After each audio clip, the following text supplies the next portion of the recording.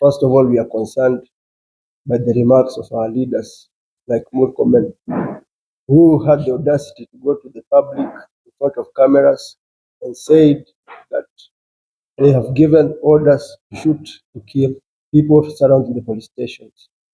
And about a week later, his words were echoed by our president, who also gave the orders of shooting the leg over everybody on the street and the peaceful protesters. We are greatly concerned as the Gen Z movement. We are greatly concerned by these remarks, and this begs the question, do we have leadership really? Because what we believe is that leadership is an opportunity to serve the people, but not to fight them or to intimidate, to maim, or even abduct them. And for this reason, we will continue to fight.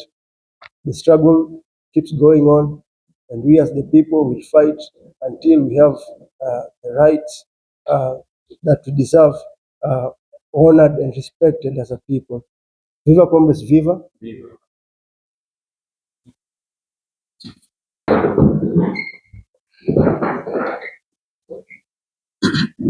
Viva comrades, viva. Viva. It is important that this government understands that the call for Ruto to go is not a call for anarchy. It's a call for a government that respects human rights without having to be coerced in any way. The president has said that President Moi was given his time to serve. President Kibaki was given his time to serve. President Uhuru Kenyatta was given his time to serve, and therefore he should be given his time to serve. What we young people are refusing to agree to is to continue to let leaders to govern us while they continue to disrespect human rights. It is in the public domain that we have infrastructure happening around the country. We have the Talanta Stadium coming up. We have the cleaning of the Nairobi River. We have several. We have seen the Kasarani Stadium.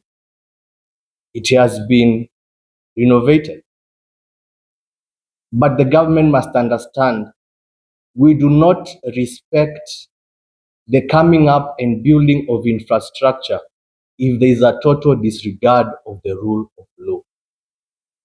We will not continue to be coerced by a government that is committed to give money but not to preserve human life. Therefore, the president has promised to employ more youth. He gave that promise yesterday. It's a promise that we do not respect because our right to human life has not been respected. There can never be dialogue with the youth when the very people who have been killed, like Rex Masai, there is no justice that has been found for them. Will these dialogues bring back Rex Masai? Will they bring back Boniface Kariuki? Will they bring back Albert Ojwang? Those are the questions that we as young people go back home thinking about. And until this government gives us answers, we will not relent, we will continue to push on. Viva comrades, viva. Viva. Viva comrades, viva. Viva. Viva comrades, viva. Viva. I am Wesley. I am here to remind you of how our national anthem came about. We needed to remind ourselves and each other of our collective will to always take care of one another and to always take care of the Constitution. Regardless of our ethical inclination, we have to realize that we are trying as young people to forge an identity for which we need each other. We are not going to achieve any objective without collective will. About police brutality, I think it is totally wrong to issue a directive or for a CS to issue a directive that aims to maim or to fatally injure someone. It is uncalled for, and as young people, we will continue in various ways to deny these atrocities.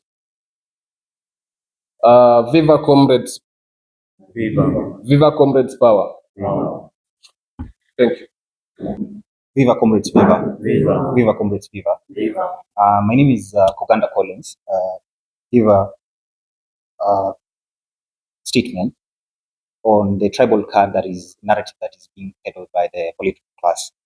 We wish to categorically call out the continued use of tribal card by the Kenyan political class to manipulate, divide, and distract citizens.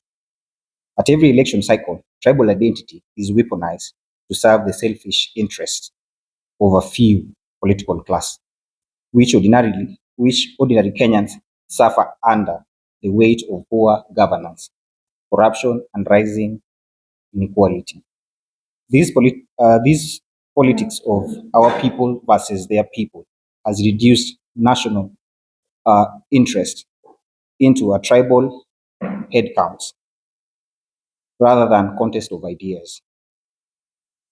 It has derailed meritocracy, fueled tension, and denied this country the opportunity to mature politically and socially. We remind every Kenyan, it's not the tribe that has failed us in this country. It is individuals hiding behind tribalism in this country that has led to the failed state of the country. We urge all the youths we urge the youths and all right-thinking Kenyans to reject this outdated narrative and demand issue-based leadership. Kenya belongs to all of us, and its future must not be auctioned off to tribal puppeteers. Thank you. Viva Comrades Viva. Viva. Okay, my name is Omar, and I would like to touch on the directive with the president to shoot to maim protesters. I want to remind the president and the government and his political minions that we as the young people of Kenya will not be intimidated and will not be scared into submission. We know that his counterparts, Raila Odinga, is calling for a dialogue so that he can create more positions for himself and his political affiliates. But I want to tell Raila Odinga that that trick will not work on the people of Kenya, not the young people of Kenya, not this time. The young people of Kenya will stand our ground. We will not allow our movement to be thwarted by petty dialogues which only benefit a few individuals. This movement shall continue. We shall continue to fight until we realize a Kenya that we all want. And I want to finish by saying that the one-term movement is unstoppable. No amount of dialogues will stop this movement. Viva comrades, viva! Viva.